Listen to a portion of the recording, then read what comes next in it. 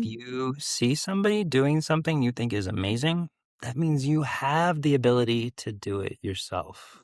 It just takes the courage to get up and do it. And the reason why I bring that up now and at this point is you need to identify the North Stars that you're following when it comes to whatever your leadership journey is. If you want to be a great speaker, if you want to get outside the box, name the people in your organization that are leading by example in those ways and write down what are they doing.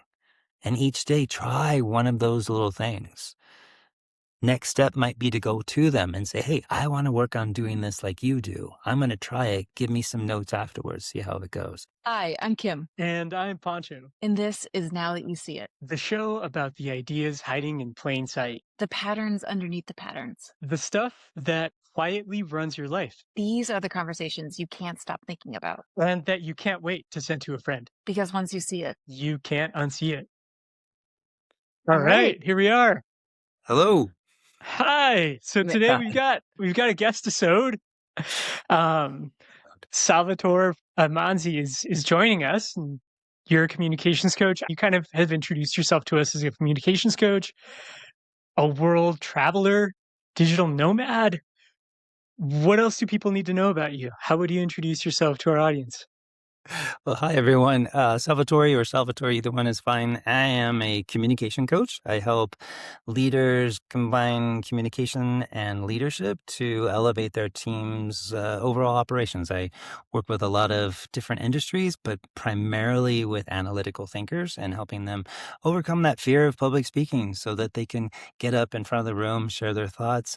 My favorite is, and my mission is to empower the voices of people who don't necessarily feel they have a voice at the table, because your perspective matters and your voice is important. So I want to give you tools, strategies to elevate your voice and get you present in those meetings. I love that. Awesome. Okay, so Salvatore, we want to know, what is it that you've seen and can't unsee?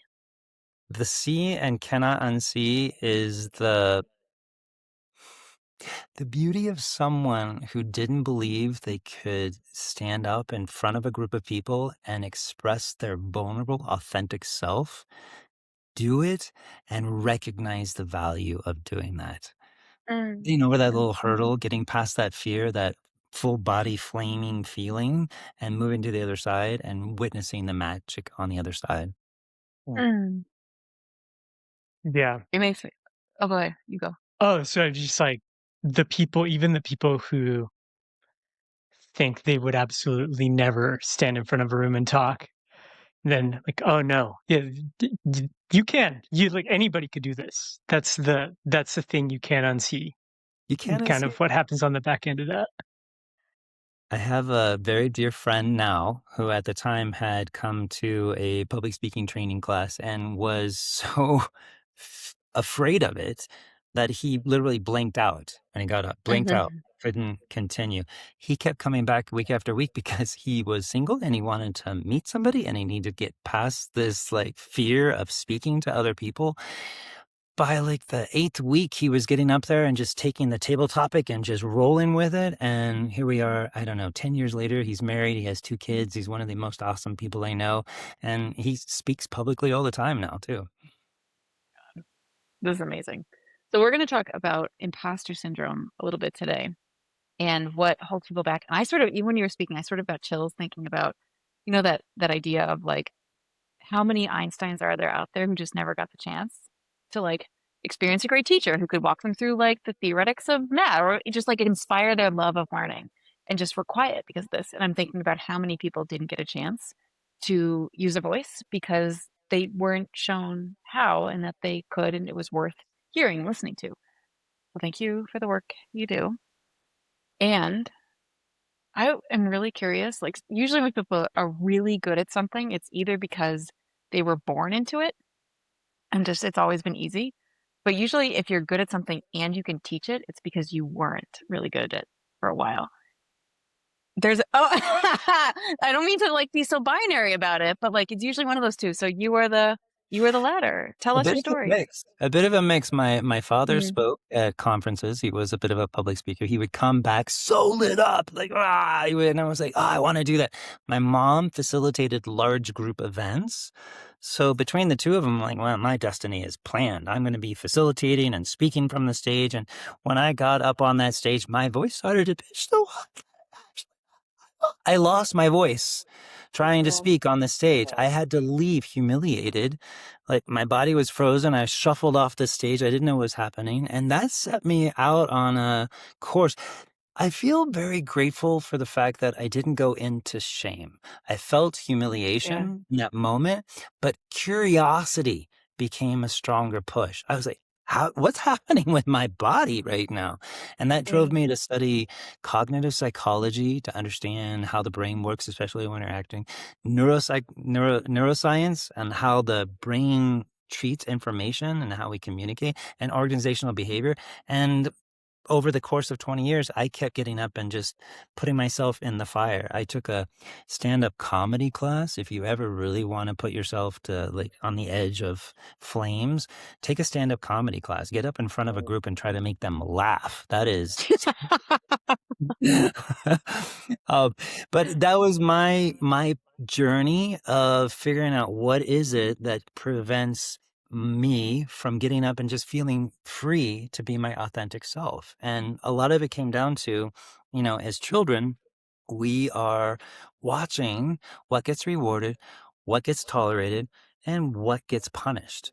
And we create a persona of ourselves that fits the context or culture that we're in, and we keep aligning ourselves to that context. When we get out of that context to a new context, that discomfort around being in a new situation is what provokes the imposter syndrome. Our brain is designed to protect us, and here's something new and uncomfortable. We got to protect you from that.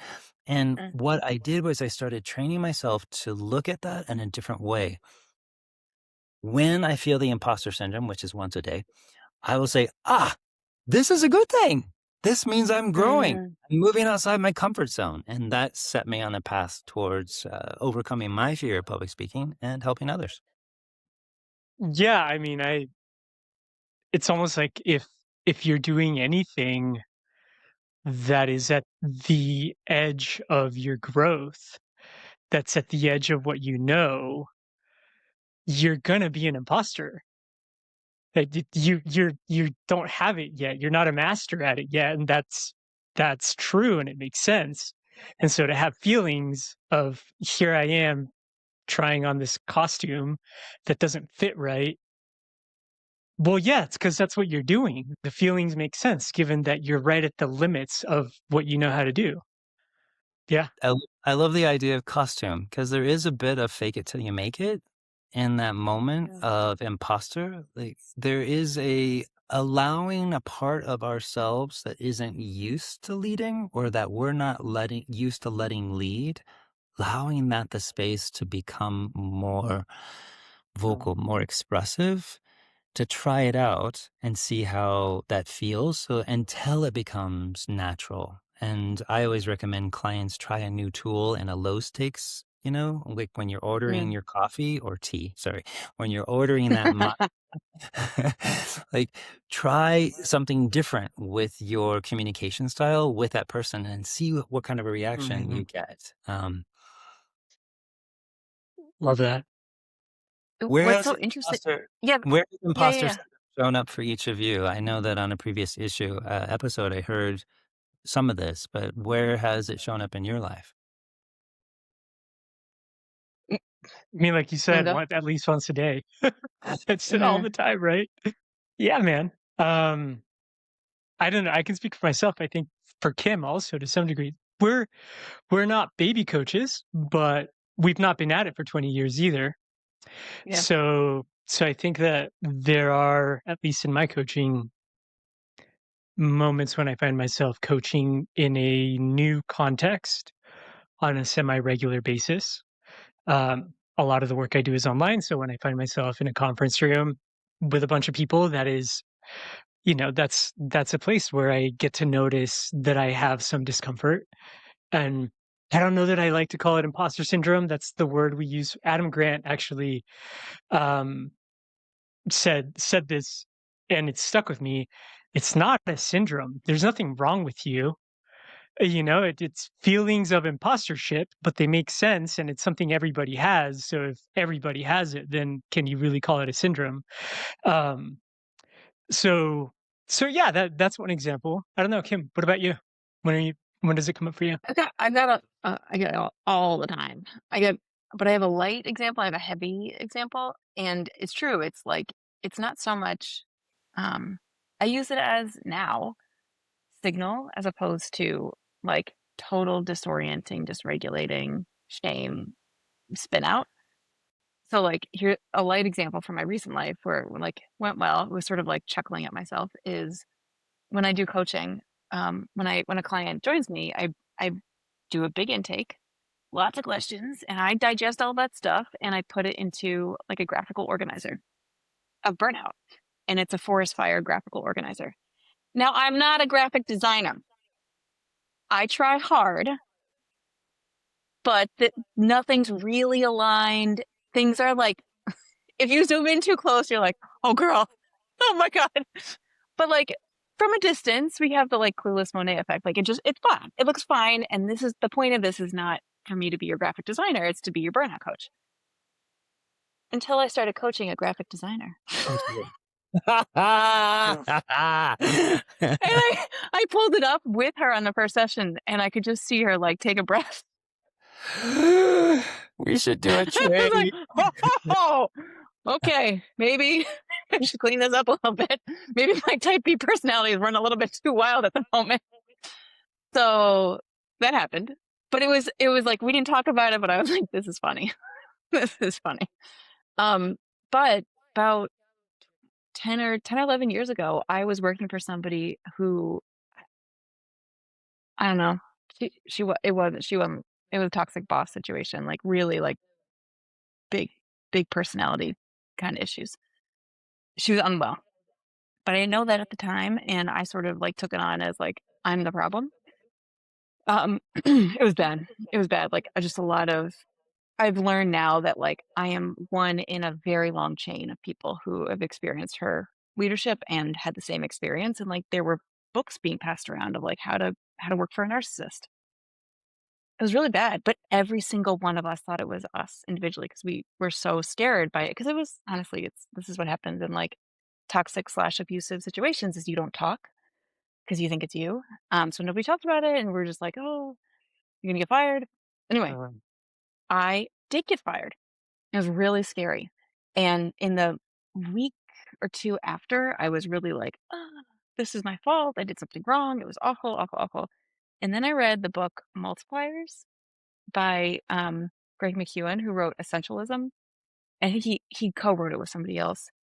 And I realized, oh, because I was thinking like, I did mess that up. I did do that. She was right about this. And then I read it and I was like, who was performing well under this kind of leadership?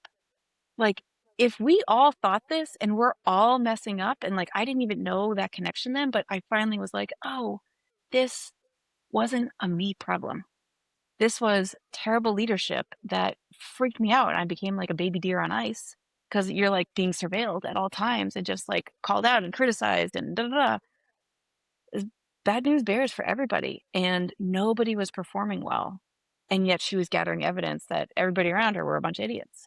And that was one of the times when it really helped me unlock this concept of imposter syndrome, that it's often the combination of like history, like your own history with performance, with cultural messaging, with systemic biases, and your context in the moment, and how it can become sort of a self-fulfilling prophecy, but it's not because you are bad. No. It is because of all these systemic forces. And if you can take a step back from it, you can see it as something very separate from who you are at the core.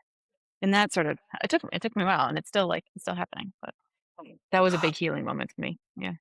Thank you for sharing that story. I think a lot of people have going to benefit from hearing, that Oh, good. narcissist coming in, like how to overcome it, that path. Like, I love it.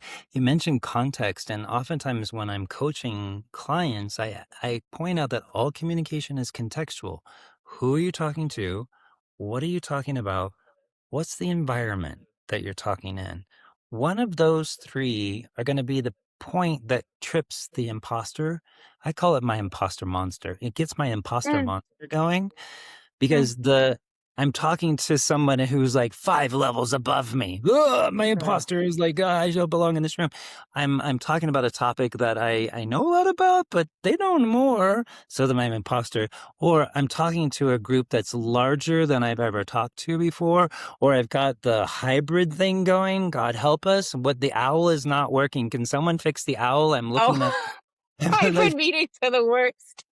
owl meetings Can are the someone worst. I'm fix the sorry. owl? So bad. Like one of those three contexts are going to trigger a sense of like, I'm not safe here. There's something about this context that feels out of place for me. And that's where we start to dive in. Like, okay, what is it about that context? What's the message that your brain is telling you that's warning you, hey, this is different? It's a signal. I like your word. It's a signal, like something's different here. Before you proceed, let's make sure you're doing it right, because remember that time in 3rd grade didn't go so well for you. So let's make sure we don't do it. And Yeah. yeah, and working in those contexts. So Mm. mm. Curious about you, Salvatore. When when have Mm, you most my imposter prominently? monster. Yeah, what's your imposter monster? When's it come out to play? The time I was in full rage mode, I went Yeah, to lead a program at the World Economic Forum, and my imposter monster was like, yeah! yeah. And I called my coach, and I was in the green room, and my coach had me on the phone and had me marching around the conference table, asking me questions that presuppose the positive. They're called affirmations by Noah St. John. Affirmations are great, y'all. I'm from California sometimes, and I'll tell you, I love all the So, woo. But affirmations only work when you're already in a positive state, right? If I'm in a negative spiral and I say things are going great, my brain's gonna be like, no, it's not. Affirmations ask a question that points to the positive. So rather than trying to force the brain to go look to take something that's not true, it tells the brain to go look for evidence of, right? The brain is going to search for evidence for whatever we tell it to go look for. So marching around this conference table, why should they hear their voice? Why is your message important? Why are you the right person to deliver this message? Why no. is your voice needed out there? Why is it important they hear you? Why is it important they hear this message? And I was just, after 10 minutes, I was like, let's go. And I was ready to go out and conquer the world. So yeah, my imposter monster is, it can be very loud. And I named mine Perry. Perry the perfectionist. Perry comes on anytime I need to start speaking, and he will tell me that I missed a word, I missed a point, that person's not listening. Did you see the look on that person's face? They're not getting what you're saying. Perry will just like, if I let it. And I read a book called Taming Your Gremlins, a phenomenal book. You name the voice in the head that's tied to the belief, and you begin a relationship with that voice, and you begin to understand, why does it come up? Where does it come from? What does it really want? How can you work with it? What I didn't realize at the time, and I don't think it's in the book, but you should all know this: you can't shut the voice up. Mm, Attempts to shut the voice up make it louder. yeah. So what I tell my Perry is, go sit over there, and I will check in with you after I'm done for what you witnessed, and then we'll unpack it. And that has given me an ability to work with Perry rather than having to cage him while I'm giving a presentation. Hmm. Oh, What's what did Perry say coming into this conversation? Or what's Oh my Perry God, yelling right these now? people have the credentials. These people have read so much. They have a podcast. This guy's climbing walls with like cords. It's insane. She's married and have kids. You know what it's like to be a mother? I don't know what it's like to be a. How does it do any of that? I'm not supposed to be here. Something like that. I don't know. It was like some iteration. Yeah, yeah, cool. Well, thanks for joining the podcast, Perry. You're welcome here too, man. yeah. There you go. Yeah, Sit over there. yeah. Now go take a seat. Yeah, Double guest episode. Yeah. cool. So in the pre-roll, we were talking about what got you. And this was actually Kim's question. So Kim, if you want to ask it the way you wanted to ask it specifically, but like, what got you to this? The earliest thing you've told us about was the first time you got up to be a public speaker, but that doesn't tell us how the child you were became the kind of person who responds to that experience with curiosity instead of shame, who decides to take this as a career path. Kim, I don't know if there's anything else specifically you want to add to the question, but yeah, I'm curious to go there. Yeah, I mean, this is the like, what are the turning points in your life that made this what you want to spend your days doing and Yeah. made this your calling? Big. I grew up in Kansas. It was a conservative Christian household, and I knew how to fit in that box. And when I went to college, I recognized that I didn't fit in that box anymore. And I was having the disconnect between being in that box and not. So the difference between projecting a presence in the room versus being focused on perception of the room. And that disconnect was what was keeping me from showing up as my authentic self. And so I kept pursuing situations that would put me, force me to face the gap between the two. And I mean, when I graduated from college, I moved to the furthest place on the planet from Wichita, which was or Kansas, which was New Zealand. It literally, I took a globe, I took a pen in Kansas, it came out in New Zealand. I'm moving to New Zealand. And what I realized was that um, I thought, there's a little bit of magical new world. Nobody knows me. I can be anything I want. I can create my own identity here. I can be the person that I always wanted to be. But all of my lifetime of baggage, 21, come on, be honest.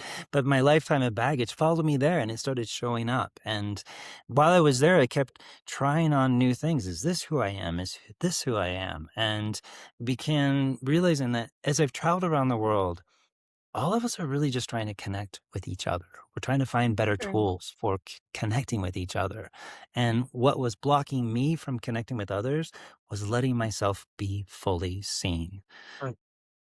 and letting my truth come out, who I am, what I believe, what my mission is, my values, letting that lead me. And as I was doing things, people were noticing me and they'd ask me, how did you overcome this? I would self-identify as an introvert.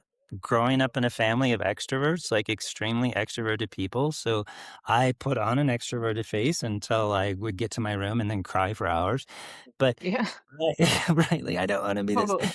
Now, once I was free and roaming the world, I realized I needed some of the skills I learned from extroverted to maintain contact, but I could be my introverted self a little bit more. And when I got to San Francisco and I started coaching or working with the tech community, I noticed that it's the analytical types, it's the quiet leaders, it's the people that are up in their brains that often have a hard time connecting with others because of the communication gaps or whatever.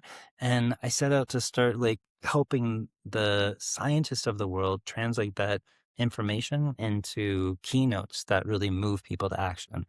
Um, you asked for turning points. Those were a few of them. I mean, there's obviously been quite a few in my 56 years. So I'm not sure which of the ones I can Yeah, feel here. yeah. Well, it's interesting, Pancho. I'm curious about you just gave a workshop on storytelling, and Salvatore, I hear you talking about storytelling as like this is sort of how I got really started with this is helping people tell a story, like turning facts into compelling, like something that would compel action. And I'm curious about for both of you the role that like storytelling is almost the vehicle for voice. Like you could do a lot of things with your voice, but storytelling is a whole different kind of thing. How does storytelling as a medium play into, or just sort of like, I don't even know what the noun is, but like the thing that you're trying to do, the arc, play into helping people find a voice? Because you just gave an interview one, like how do you tell your story to like help people understand who you are in an interview? And then storytelling has become part of like how you coach people to speak. So what does storytelling mean to you in the context of giving people their voice? You're the guest, man. Go first, by all means. Yeah. I mean, the, okay, I will go first. The Warden study that studied the brain on CT scans that were being shown images Oh yeah. realized that we feel before we think. Our brain actually processes emotions before we process feelings, which means that I have all this great data. I can tell you all the data points. I can tell you the history. I can tell you the rational. I can tell you the logic. It doesn't stick. If there's feeling to it, then it's going to stick. And stories stick because they evoke that feeling, because they create a feeling within us. When I tell a story, my listener is living that story with me. Neural coupling happens. They experience it as if they're experiencing it themselves, which allows the data that I'm layering in to actually become more sticky. The way the brain works is through visuals and emotions. If I'm just giving you da da da da da da da da da da da da da da da da, you're not gonna be able, like, we're not recording. This is not a recording device, right? But if I am able to tie the image along with the emotion, then people start to like connect with the information. It's the difference between me handing you the blueprints or pointing to the house. Obviously, if you see the picture of the house, you're going to get it better than the data, which is all schematically perfect and everything. But the house is what actually makes it sticky for the person. So that's the importance of turning data into stories if you want it to compel people to take action. From me. Panjua, you did do a workshop recently, and it was specifically for telling stories in interviews, right? Yeah, yeah. Yeah, and I mean, everything you just said is, like, it took a slightly different approach, but yeah, the way our brains are wired is to take in information using stories. Often we'll bring a evolutionary psychology perspective to the table. Before we had writing, we had stories. And the way you do things, the wisdom that gets handed down from one generation to another was handed down with those stories. So that's how we're wired to remember things and then to pass them along. And as you were talking, I looked up data, like statistics on this, and it was Cool. found that I think it was a Stanford women's leadership study that stories had like an order of magnitude greater likelihood of being remembered than if you just gave somebody facts. So if you give somebody facts, like they'll remember about 6% of those facts when all is said and done. If you give that person the same facts in a story, they'll remember over 50% of them. So everything you're saying, the specifically the storytelling that I got into in that workshop was for a particular outcome. What do you want to have happen when you tell this story? What is it that you want to inspire in your audience? What is it that you want to come next? What are you setting the story up to do? And in an interview, it's not an audition. And so everything I do in my coaching comes down to relational dynamics. An interview's not an audition. You don't just sit there and like recite what you do or try to tell them that you're really good at it and have that work. An interview is an opportunity to leave the person on the other end of the table clearly imagining what it would be like to work with you and being really excited about that. Oh, And the way you do that, and so like if your story is not to prove that you can do what you know you can do, but to have that other outcome instead, you have to tell the story very differently. So that's yeah, that's kind of what the workshop was about. But yeah, everything you mentioned about what makes stories important, I'm right there with you. That was that was so amazing. Like, interviews are not auditions. What? Interviews are not auditions. They're an opportunity to paint the picture of what it'd be like to work with you. Um, this, this is why people work with you. I see it. It's like, it's brilliant. I love that. Love that Thanks, so man. much. So one question I had, speaking of interviews, Oh, and because this comes up a lot, coming back to imposter syndrome, when you end up, I hear a lot of the people you work with are kind of the more in their heads, quieter types who have a harder time connecting with the people they're trying to share a message with, build relationships with. In the pre-roll, you talked about two things that might lead somebody to have feelings of impostership. when Oh, it's their turn to speak publicly, and the two different approaches you take depending on what the root cause of those feelings are. Can you give Okay. us a sense of what those two are and then maybe dive into, how you work with people on each one? yeah, I appreciate the setup on that. I had to think a Yeah. minute. Yeah, I look at imposter syndrome when it comes to public speaking, coming from one of two spaces. The first one is an event that went poorly at any age. When a person got up to speak and it didn't go the way they thought, their brain registers this memory with, oh yeah, that sucked. Let's never do that again, right? And when a person goes into that situation again, the prefrontal cortex is going to send out the alert like, hey, remember what happened last time? We don't do this. And then amygdala sends out the urgency like cortisol, adrenaline, get out of there now. So that's number one. And really, the way to unpack that experience is somewhere between immersion and exposure therapy. Right? I'm an Mm, immersion type of thing. Throw me in the deep end. I'm going to figure out if I'm going to swim or not. Exposure might work as well. Maybe you just speak up to the cashier at a register. Maybe you like get your baby steps back into feeling confident again about speaking in front of people. Immersion is you go and take a improv class. The best way to really get your impromptu speaking skills on point is an impromptu class. It'll get you out there. So it's kind of an immersion. It's going to be uncomfortable, but it'll help overcome that story. You could pivot. You could go to Byron Katie's work. Is it true? Is it always true? Is it like what else is true? You could work through. You could also do NLP. Those are really great methodologies for handling that. The second one is a little more complicated. The second time an imposter syndrome comes up for people, oftentimes, is when we have been conditioned by society to believe that people like us, that look like us, that sound like us, don't get a voice in this room. mm, And we have been conditioned by watching what happens and experiencing what happens when we try to go outside that lane and it doesn't go well. So, overcoming that conditioning takes a little bit more unpacking.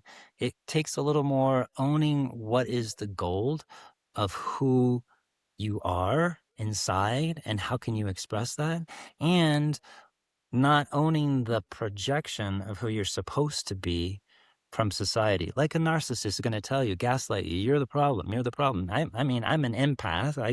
If anything happens, it's obviously my fault. So I'm going to do whatever I can to make you feel comfortable. I'm so sorry you have to go through this, right? I'm really sorry.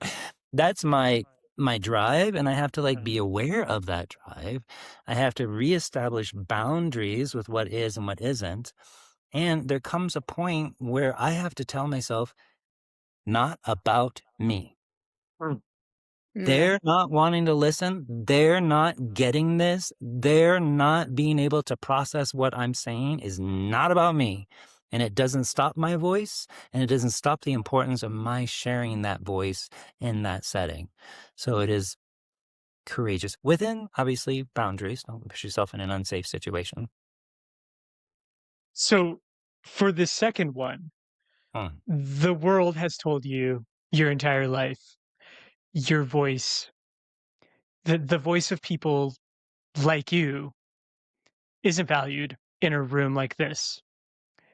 What you're saying is to help those people work through it, they need to decouple how their voice is received from the fact that they're doing the talking. Decouple the responsibility for the other person's feelings, Mm. decouple the responsibility for the other person doing their work, decouple the responsibility for the other person coming up to speed, Yeah. and let your truth be known. Speak your truth in that setting within safety parameters, of course. So what changes when people lean into that? It's messy at first. It's uncomfortable.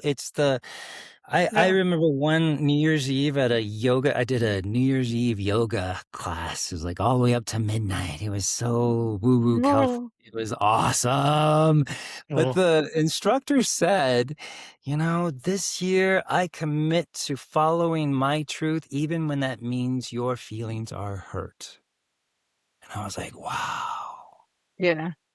This year, I commit to speaking my truth even before it feels comfortable inside. Yeah. Baby steps to start putting my voice out there, to start speaking my truth. Find willing audiences first. Get that, build up the succinctness, the concision. It's always going to be messy the first couple of times. Don't worry about it. That is the biggest issue, I think, in perfectionism, but in imposter is that idea that we have to get it right the first time. And if I'm taking it from the growth mindset versus the fixed mindset, Carol Dweck's work mindset, I'm sure you're familiar with that. The idea that, oh, I messed up. That's a good thing. I tried. What did I do well? And I have to laugh. I've been coaching for over 20 years, and every time someone finishes a run, I'll be like, okay, what did you do well? And they'll be like, I talked too fast. I forgot that second. But I'm like, no. What did you do well? They won't say what they did well. Their negativity bias is going to Yeah. everything that they did wrong. And this is key, folks. You have to start by acknowledging what you did well and want to repeat. And Hmm. then one thing that you want to try different next time. I love that. I'm fascinated by also, it sounds like the approach you take is um, teaching your body confidence, teaching like working the imposter syndrome out with actions, doing it scared. So, like, it's not going to feel good. Don't go when you're ready, because if you're ready, like you've waited way too long. Too We're going long. to practice this. It's going to be messy. It's going to be scary. It's going to be uncomfortable. Do it scared. Teach your body over time that like it's safe to do it. It's safe to mess up. It's safe to be messy. And like you're actually pretty good at this. It's fine. I was Yeah. just coaching with somebody today who like we were talking about doing it scared, and it's coming up for me. However, oh, and so I want to know more about that. But my real question is, you must have to create a very strong safety container for people who are showing up at your door going, I have to give this speech in front of the World Economic Forum, or in front of like this presidential candidate, or just like in front of my new date, and I'm really scared. I am gonna like pee myself. I'm so nervous. How do you create the safety container to allow them to practice and mess up, even if it's just the two of you? Yeah. It's, anything is welcome is always my take. And I have seen all things. And I think because like you two, when coaching, we approach it with a curiosity, not a judgment. It starts to create the safety for a person to unpack it themselves. Showing up curious to what's going on allows them to start unpacking what is the driver behind it and start to feel safe. And a lot of times it makes people uncomfortable, but I'll start by saying, you have to do this in a different voice. I need you to give that speech with a totally different voice. Because what happens, I know it sounds ridiculous, when you use a different voice while practicing your presentation, a different part of your brain unlocks. You'll remember your presentation, the content better, and you'll access different parts, different linguistic phrases that you never would. So one of the breakdown tools that I have is to, let's just start by doing this in a different voice and see how long we can have this different voice going until you feel comfortable enough being silly and trying. Embrace it. So good. Oh, can you tell us more tools that you use? I love this. Yeah. Embrace the awkward. If I could step back, I don't want to, we could linger on this one for sure, but you mentioned the body, and it is so Yeah. important because there is a brain body loop happening all the time. And there's a Stanford researcher that the name just escaped me, talked about power and difference and the continuum from what I call agency to relational behaviors. Mm. Agency to relational behaviors. In any situation, we know how to show up. If a cop pulls us over, we know how to show up. If we are in a situation, we know how to show up. And it's often a knee-jerk response, a conditioned behavior that we have learned, don't even recognize that we're doing it. There's a continuum from showing up with agency to showing up with relational. Imagine that there's a throne on one side of the room and there's a kindergarten table on the other side. We know how to sit in both of those chairs. And we don't always choose the right seat for the context of the situation. So, Mm, 3 ways to use your body to force yourself to agency, even when you feel the need to be in relational. One, mm. space. How much space are you taking up? Just taking up more space, spreading your stuff out, spreading your chest out, your body now is getting the signal like, I feel safer here. I feel safer. I Mm. feel solid. I feel more comfortable here. And it starts to create a loop that will help you. Second, silence. I was gonna say, is it a pause? Whoa, wait, did we lose him here? Wait, is this thing on? It's great. Silence. How can you hold silence? Pause is a tool that anybody can use and learn. And the key is learn the in between pause. When you learn how to do the anticipatory pause, then you have mastered the pause. Don't pause at the period or the comma.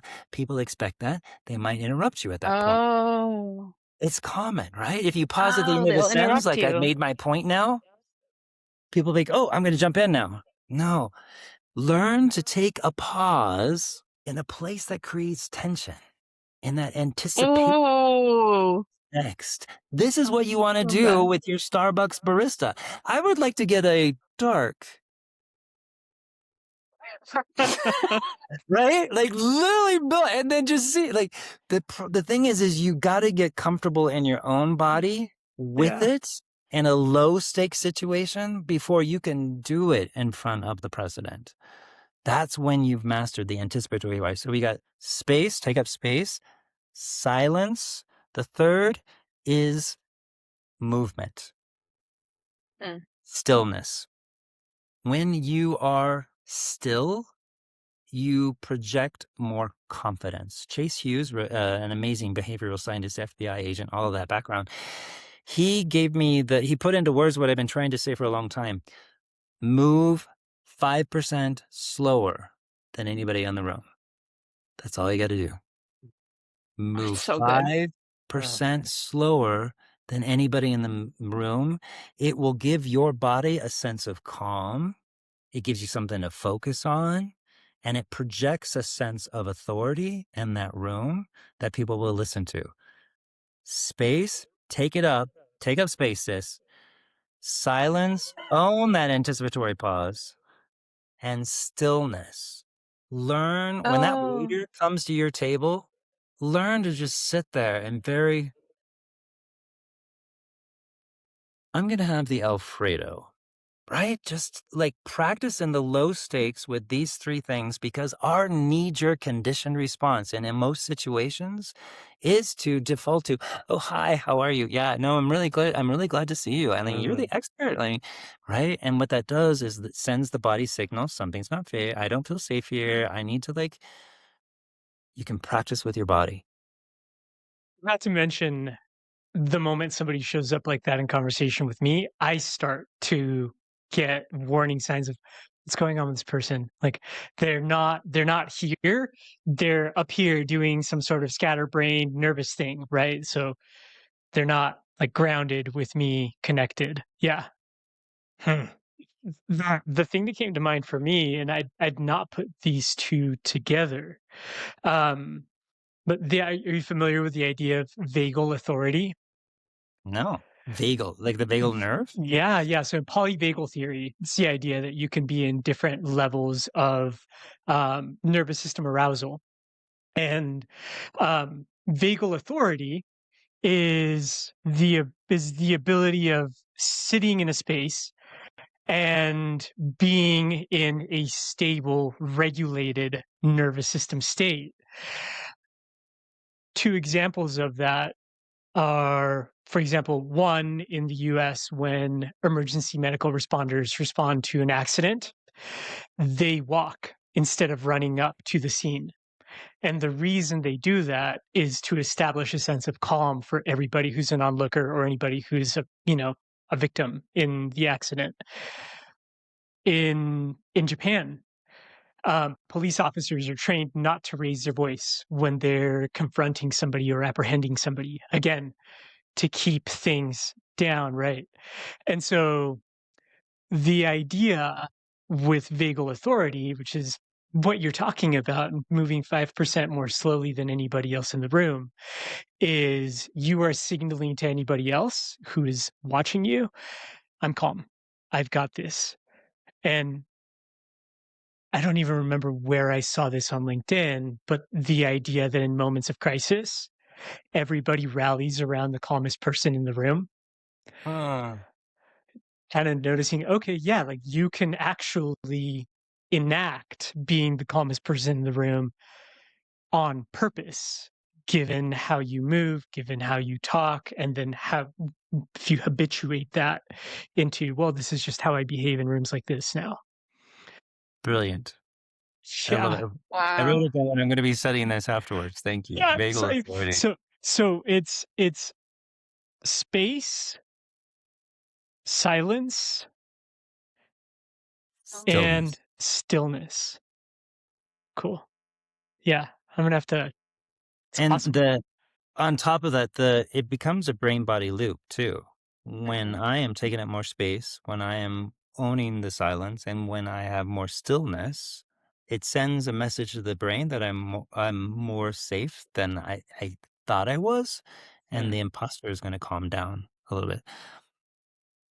How Self-regulation skills. yeah. I mean, so when you coach people, you go through all these tips and techniques. How to use these techniques in a given speech or a moment. How do you coach people through those moments when they're like, "Ah, panic, I forgot that thing, like, I was really good, and then, like, I hit that speed bump and, like, I'm blanking out." Like, what do you do? What's your, like, panic package for people? The How do you help and I them through want those moments? And I want to make sure I understand your question. You're asking, what do I tell somebody who has rehearsed and prepared for a presentation and then in the moment forgets what they were supposed to say? Yeah, because it happens to the best of us, and you're like, "Oh, I Everyone. blank out," or I that imposter is like, it came up and it just sort of snuck up on me, and, like, I saw somebody check their phone, I think they're bored, and then I go into a loop about, like, "I'm terrible at this, actually. Like, none of this is working." How do This you is help so people good. in the moment? Yeah. It is a lot about and like what was the thing that actually tripped it? Because there's something that does trigger the amygdala fire and the shut off from the prefrontal cortex. So what was it for me? A I was doing a workshop on visualization for scientists. Yeah, you can imagine scientists, visualization. This was a very popular topic. And there was a woman in the audience who was staring at me like, and I was like, she is not buying this. She is hating me. And like three different times, I forgot what I was doing. I forgot what I was saying. I was like, ah. And after the session, she came up to me. She goes, that was the best session I've had in weeks. Thank you. And I'm like, honey, you need to tell your face because that is not what you're telling me. Like, Her thinking face was resting bitch face, but she was actually like really into it. Uh, so disconnected. And for me, the phrase that I started using is not about me. Not about me. Mhm. Not about me. Not about me. I would say it 10 times before I Yeah, go onto a stage. Not about me. This is not about that's a good me. one. This is about the message and this is about my audience and me connecting the two of them. Not about me. If mm, I start looking at me, if I turn to perception and I'm not going to be able to project presence in that moment. It's not about me, not about me. So when I see somebody that gives me the face, I say, not about it. It's not about me. And I just keep going from there. There are other reasons why we forget or hiccup in the movement. And I want to practice those things, right? I want to do a couple of iterations, a couple of ramps, a couple of warm ups where we pressure test until there is a break and they forget. And then we begin to develop the tools for what do you do in those moments. What a lot of people don't know about remembering your presentation. First of all, never remember a script unless you are a poet of something like and you want to do some sort of perfect word for word. Don't memorize the script. If you forget one word, the whole rest of it will fall down like a dominoes. Yeah. It's awful. Have bullet points. Know what your buckets are, and then use spatial locations or Yeah. movements to remember what it is in your presentation. I mean, this is kind of next level, and I hope you don't mind me going there, but like if I practice Yeah. by telling and you saw me do it, space, stillness, silence. I was using those three things to help me remember what the three are. You saw me struggle. Like, what's the third one? Like, it's like I was having trouble remembering it. But when I moved over, then my body kinesthetically Hmm. reminded, right, that's what it was. So kind of came at Oh, I your love that. two different ways. But yeah. Um, it's interesting. I'm connecting what we just talked about with story and how you can remember data and facts better with story and just like body learning, how the body can carry a kind of like wisdom that's hard to articulate in this moment of when you are telling a story in your presentation or your speech or your moment, you yourself are remembering the facts, the story, the content better because you know the story, because it's an arc. And if you're combining that with kinesthetic learning of like, when I'm on this slide, I'm going to talk about, I'm going to be here, and then I'm going to use these gestures. I remember one of the like first early big presentations I gave, I had I used the slides to tell a story. And I remember just like talking into my phone and recording myself and like hearing it over and over and over again and playing it back for me and being like, okay, then I'm going to go here and da, da. And I remember doing that and being like, this is so much easier than what I usually do, which is just like throw a bunch of slides together and be like, and then this point, and then this point. And I would never be able to give a compelling emotional, like how important emotions are, emotional presentation or speech if I hadn't memorized the like arc, but not the words. And so if it's just a bunch of data, I'm like, you don't care because I don't care. Like you can tell. But when there's a story, like they can tell that you care too. And it's easier to Mhm. remember because of the story. I love that. I love that. That's so cool. I love it. And on that point, if you don't mind me saying, like, if you don't care, no one's more interested in your topic than you are, right? And I Right. work with a lot of Right. financial people who are like, nobody cares about the numbers. I'm like, you care about the numbers. What is your passion around this that you Yeah. can bring forth and infuse? And Pasha, you mentioned it earlier. You said like the feeling. What is the feeling in an interview that you want them to have Oh, yeah. around? Like, if Yeah. you start with what is the feeling that you want them to have at the end of this talk, as long as it's not simply self-serving, like I want them to think I'm the greatest, then it's probably going to serve you in delivering it in a way with tone of voice, body language, all of that, that's going to help that person really feel connected to you in that moment. Totally. Yeah, I mean, just think about little kids when they're so fired up to tell you about something they just discovered, and they're not they get like really into it, and they want to tell you about all of the little details. We think that's the cutest thing, right? We love hearing that. I mean, maybe it gets annoying if it's always happening all the time, but as somebody, oh, okay, Kim, there you go. Great. Nope. It's parent approved. This always works. So if as a grown up, you can do that, it's going to do the same thing. And it's, in my experience, it's going to be even more impactful because you're a grown up doing that. And grown ups don't do that anymore. Oh, that's a good point. Yeah, your enthusiasm is contagious.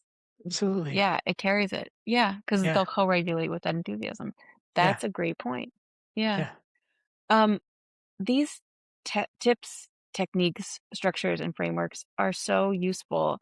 I personally wish you would put them in a book and release it at some point. I'm not sure if you've ever considered that. What this? Nice. I didn't see that coming at all. Very compelling. Communication strategies for big thinkers with bold ideas. It comes out this October, Morgan James Publishing. It is 20 years of iteration, of coaching, of frameworks that I have found really helps people overcome fear, but really create a clear and compelling story and message that will take your ideas further. It's available this October. You can pre-order it now anywhere that you get your books. You can go and pre-order. And yeah. And let me know what you think. Like, give me a shout out after you read a little bit of it. I want to hear what your thoughts are, what worked for you. Especially, and I do say this often, but I really want to know if you've ever left a meeting saying, "Oh, I wish I had said." Tell me what you did with that. What was your next Yeah. step? How did you take the next step to start getting your voice out there faster? I want to hear from you. Yeah. Cool. Yeah, we'll And we'll we make know sure to put a pre-orders link makes to a that in yeah. yeah, Yeah. we'll put a link to that to pre-order whatever pre-order URL you have in the show notes. Thank you. They do. Yeah. Yeah, pre-orders really do mean more They than make a big I think. difference. The publishing industry is something I had no idea. Like, wow. Yeah. Like, talk about needing a little disruption. But yeah, the pre-orders really make or break the opening of a book. So I do appreciate every order out there. Okay, Yeah. cool. Can you give us a little bit of behind the scenes on writing a book of 20 years of wisdom? What Um, were some of your anecdotes? What's that like? what's it like to write it? I had a lot of fun with it. I'm a hiker, so I was in Sedona at the time, and I would take a long hike, and I would just do it audible into my microphone, and then I would translate it into text, and then I would go back and edit it. And then once I established a framework for the chapters, I started building it that way. I think what really surprised me was what came after I'd written the whole book. It was then the editing process. That was painful. And then the proofreading, like 12 times. And you know what? This is a advanced copy. There's typos. See, that's what that little sticker's for. There's typos in here still. When are they ever going to go away? The process after the writing has been interesting. Anybody out there, we're going to start a support group for you, authors. Book out. Do either of you have a book? I didn't check. No, not Oh, yet. Okay. Now that yeah. you s No, that'll be a really I know. good book. I like it. Is that the plan? Yeah? We could do No. something fun. I have It's a blog. from your lips We to both have God's ears. blogs, but yeah, but no Yeah. book yet. Yeah, we'll see. Yes. Yeah, Wow. yeah.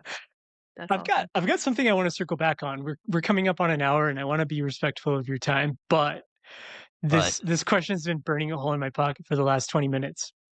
Um, you were talking about the importance of decoupling somebody's message from the responsibility of how it lands with the people who are receiving that message or failing to receive Right. that message, right? It's not about me, it's about the message and about the audience. And you know, like that's not something you can take on yourself. Coming back to the idea of not taking on as shame. I had like my favorite boss of all time, shout out Caroline Duell at All Good. If anybody knows Carolyn and want to tell her that she's getting a shout out here, something she shared with me at one point, not because she thought it was true, but because I think it does carry some truth to it, is the meaning of what you say is determined by the response you get.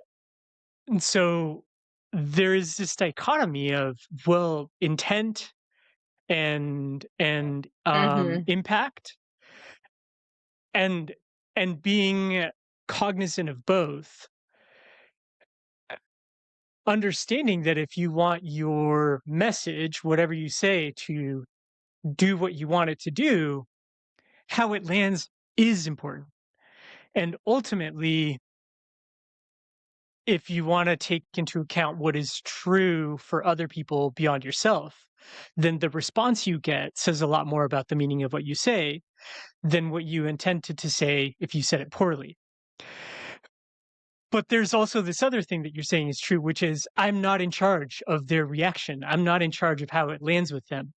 That's not, that's not about me. It's about them. So how Oh, are I you get it. sitting Yeah, with that, totally. of like the meaning of what you say is determined by the response you get, but also to have good boundaries, you can't take that response on as your responsibility. don't let the fear of their not getting the message stop you from saying it. Mm. Yes. Yeah, that's it. That's And beautiful. if the response you get after saying the message is not the response you hoped to get, what do you do from there? It's every situation is going to be contextually different on that. Yeah. Like it might be the case where you go into acknowledging where they are, get their opinion, go back and forth. So we're in a very polarized situation right now in America, right? Part of it is if I can listen to their side, acknowledge, hear from them, and then once they feel heard, then I can share again and see if they message. That's one path. The other path is, yeah, this is not my circus, not my monkeys. I've said my piece, I'm out, right? And so somewhere in between that 2 points of that continuum is going to determine what responsibility you want to take in affecting change in that situation.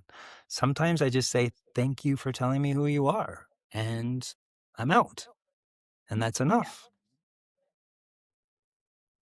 I really appreciate you bringing in intent versus impact.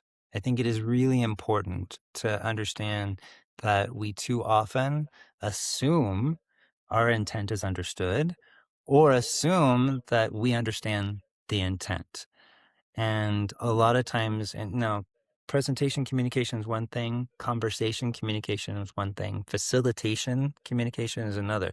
In conversations, it's important to create that sense of curiosity around misunderstanding rather than jumping to conclusion. Assume positive intent. It's such a grab your coffee mug. It's on everything. Assume positive intent. Yeah, but did you see what they did? Right? Like it's Yeah. not always possible, but assuming positive intent is opening with, there's something I don't understand about the way that you see this. Let me find out what that is first before I tell you that you're wrong. Oh, I love that.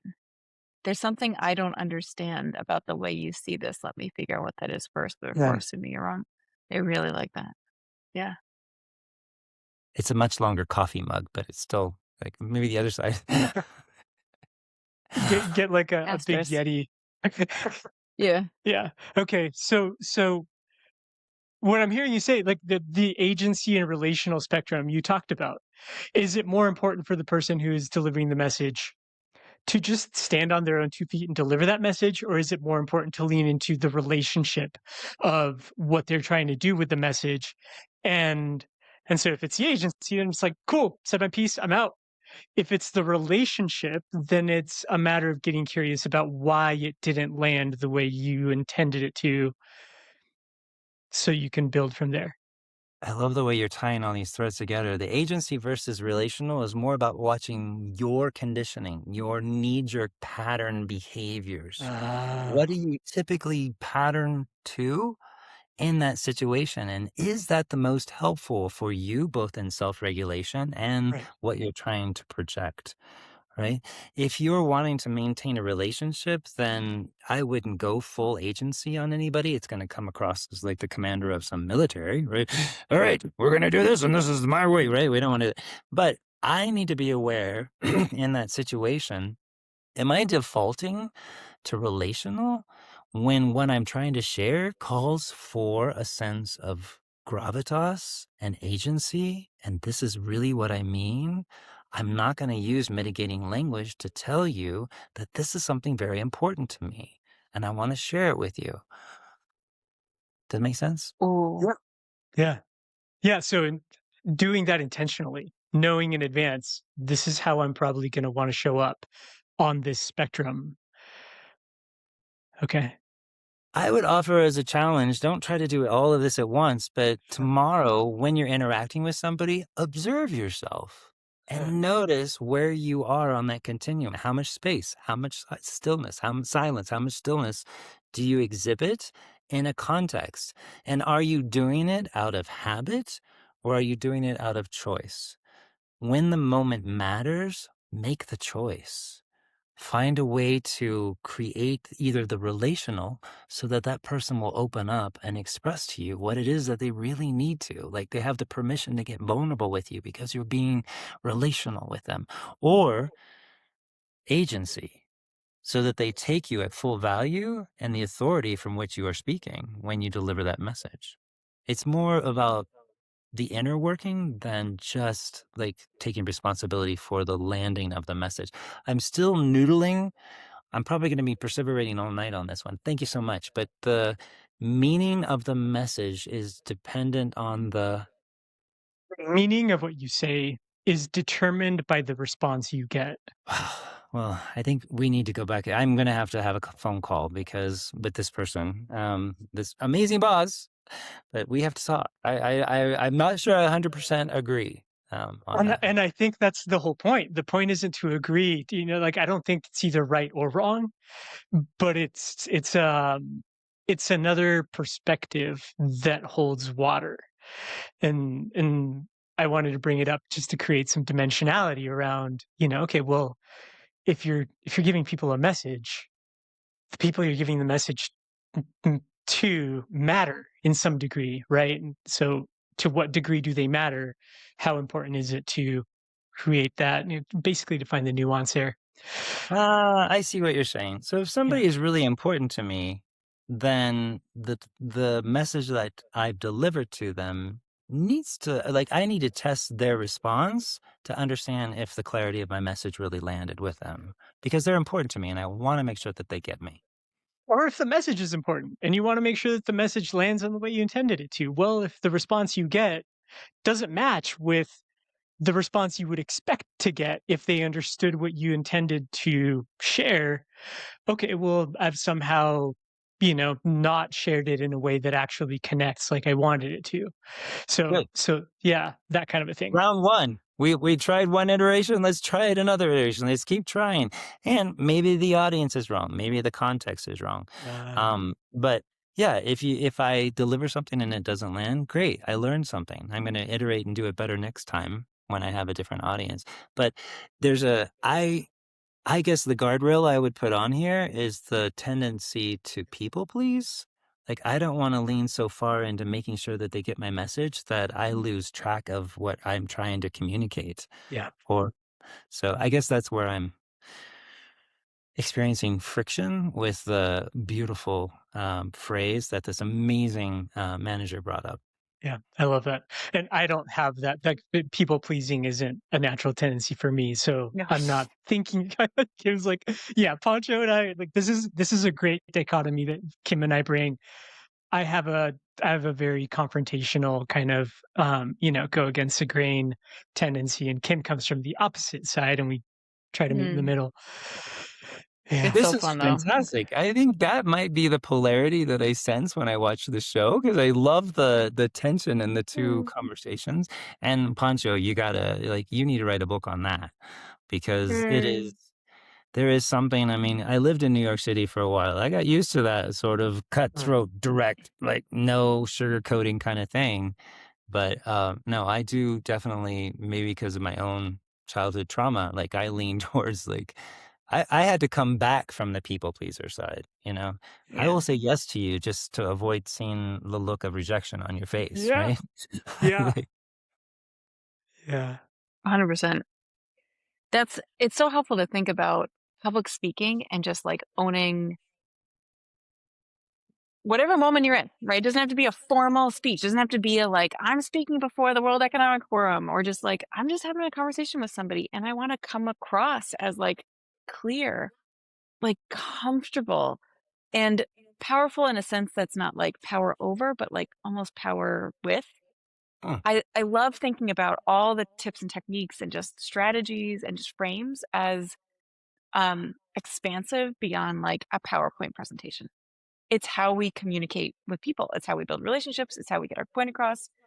And one of the things that if you can like leave us with either like maybe Pancho, you have another question after this, but like I struggle to be concise.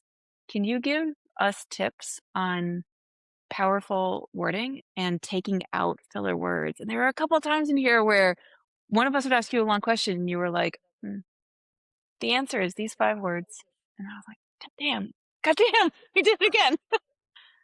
So how do you do that? well, first of all, there is a setup to that, right? There is a tension created with a long question that when you give a short answer, it's powerful, right? Yeah. And if you ask a short question and get a long answer, it's powerful. There's tension in that. So those were deliberate. Contrast, yeah. Yeah, I'm constantly looking to see how I can play with my own concision. A few things that you can use. Number one is you have to say your point in one breath. Challenge yourself to say what you want in one breath, right? Ah, good luck. Challenge accepted. Wow, Pancho. No, I mean, like, I love for that. both of Love us, that. Oh, this is an excellent challenge for the both of Poncho, us. you know what this is so good for? Our short episodes. Yeah, but Fortisodes. We're I love these we're names. yeah. we just make them up. But I like love this would be so great. We're challenging ourselves to 5 to 20 minute episodes somewhere in there, and this will be great. Okay, keep So The going. good. I do believe, yeah. The second one is to say what you said, but say it in half as many words, right? That's another technique. The other is you could do this with each other. Pancho can ask something, you can rephrase it in 7 words or less and challenge yourself. It's a muscle that we can develop. Concision is a muscle that we can develop. That's the key. Typically, the filler words are because we're trying to maintain connection with the audience or listeners and let them know that we're not finished yet. And it's counterproductive because it's excess information for them to process and delete out while they're trying to think. And when I am trying to hold your attention so that you will listen to me and then change your mind, it's not how it works. People don't change their mind while you're talking. They change their mind when you stop and they process it. Just That's so good. embrace the pause, learn the anticipatory pause first as a way of like breaking the habit. And know this, and I'm not going to tell anybody to remove all of your filler words. You want to mirror the audience that you're in front of. The trick is to not let the filler words come in unconsciously. And to do that, you either need to record yourself and watch it, have somebody give you reference. And what I often do, my filler word was like. Oh God, I was sprinkling likes like they were just chocolate everywhere, and it was nauseating. And what I had to have somebody do is hold a finger up every time I said it. I was like, wow, I didn't even realize I was saying because typically those words are unconscious. So we have to bring it to the conscious mind. Another way is to seriously say like 10 times before speaking. Because now the word is in my consciousness, the reticular activating system is locked in on it. And when it pops up, I'm going to be locked in and I know when to edit. First couple of times, what was that? This Blew is my Poncho's mind, thing. dude. Yeah. Yeah, you're blowing my I saw mind. that happen. Keep going. Yeah, you saw my eyes go big. Like, Yeah. okay, What's Oh, that? this is gonna be fun. awesome. This has been your thing, but you've been trying to get rid of likes, I have a lot and of filler us, words. right? Yeah, yeah, yeah. So is a big one for me. Yeah, and so is a funny one. I've been watching it. People use so as a way of bringing the group back together. Mhm. So let me hear you. Come up with new words that you can use in that situation. Yeah, What's another word you can use to grab or to create that transition? it's a good question. I don't know. I need to figure out when I'm saying it. I think it has to do with when I'm explaining something and I've made one point and it's time to transition onto the follow on consequences or the follow on implications of that point. I'll say so, and then I move forward into that. So yeah, I could. There it is. There it is. It just Now happened. it's in your reticular. Yeah, right. Now you're Right, right. Yeah, now I'm aware of it. But yeah, I would have gone on to say, so yeah, I need to sit down and think about what else I could say instead. But it's that. It's so yeah, I just gave you a nugget of thought. We're taking a beat, and then what comes next from that nugget of thought, I default to saying, so yeah, and then I say the next thing. So you're not, see, I just did it. Yeah. Your challenge then is to use a pause and just go into the next thing and Mm. see what happens. Just use empty space. See what happens with that. Or use something ridiculous. Peanut butter. Peanut butter. And my next point is,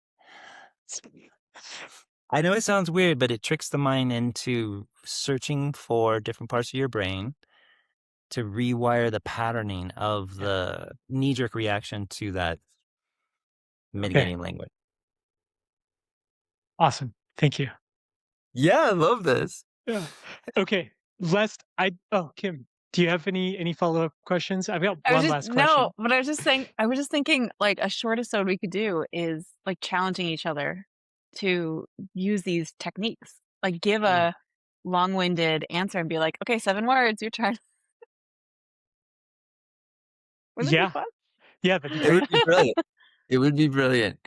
Yeah. And fun fact, this book is really designed to, you open it up, you find a technique, try it for a day. Oh, okay. Try it for a day. See what works. I'm pre-ordering this book as soon as we sign out here. I We're know. gonna we're gonna And need the link for me and for the show notes. the thing that I can't unsee about this episode is that it's affecting how I think about all my communications with people, period.